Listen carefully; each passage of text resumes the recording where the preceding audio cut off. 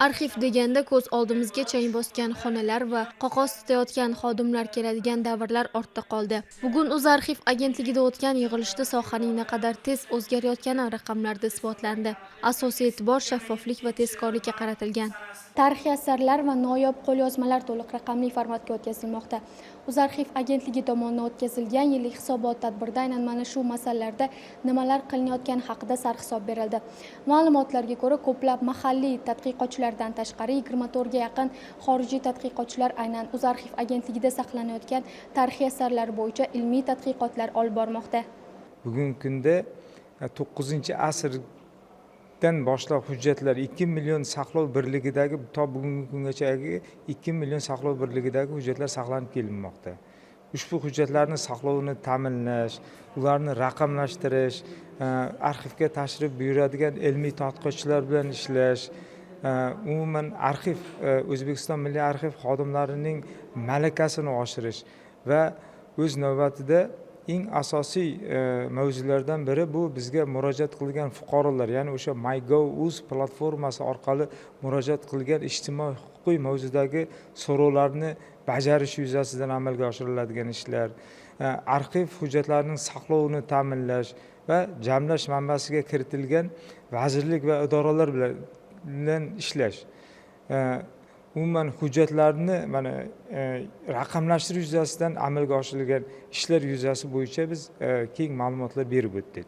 Ilmiy izlanish olib borayotgan o'quvchilarga qo'shimcha qulayliklar yaratish maqsadida asosiy e'tibor masofadan turib onlayn xizmat ko'rsatishni takomillashtirishga qaratilgan. Milliy arxivdagi hujjatlar saqlovini ta'minlash bo'yicha 40.312 varaqdagi arxiv hujjatlari ta'mirlangan. 2626 saqlov birligidagi hujjatlar muqovalangan va tikish ishlari amalga oshirilgan. Qolaversa, hisobot davrida 78.936 qog'oz asosidagi saqlov birligi 14.982 kadrdagi hujjatlarni elektron shaklga o'tkazish ishlari amalga oshirilgan. O'zbekiston Milliy arxiviga 300 ga yaqin ilmiy tadqiqotchilar tashrif buyurdi.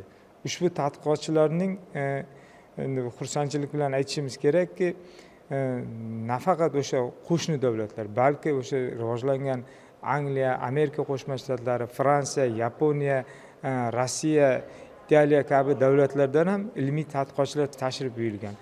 Qolgan tadqiqotchilarning aksariyati ham o'sha qo'shni mustaqil davlatlar hamdo'stligidan tashrif buyurgan Rossiya, Qozog'iston, Qirg'iziston, Tojikiston, Gruziya kabi davlatlardan tashrif buyurgan ilmiy tadqiqotchilar sanaladi. Ular asosan o'sha bizda saqlanayotgan tarixiy hujjatlar bilan, xususan mana UNESCOning ro'yxatiga kiritilgan va bizlarga sertifikat berilgan o'sha Xiva xonligi devonxonasining hujjatlari, Buxoro amirligining devonxonasining mavjud hujjatlari va o'sha 19-18-asrga oid bo'lgan o'sha davrga oid bo'lgan tarixiy hujjatlar ilmiy tadqiqotchilarning asosiy mavzusi hisoblanadi. Xulosa o'rnida aytish mumkinki, arxiv shunchaki o'tmishni saqlash joyi emas, balki kelajak poydevori. Tizimda boshlangan raqamlashtirish va islohotlar esa har bir fuqaroning o'z tarixiy va huquqiy hujjatlarini oson va tezkor topishiga xizmat qiladi. Mushtari Mamatqul va Asilbek Islombekov, Joyda informatsion dasturi uchun.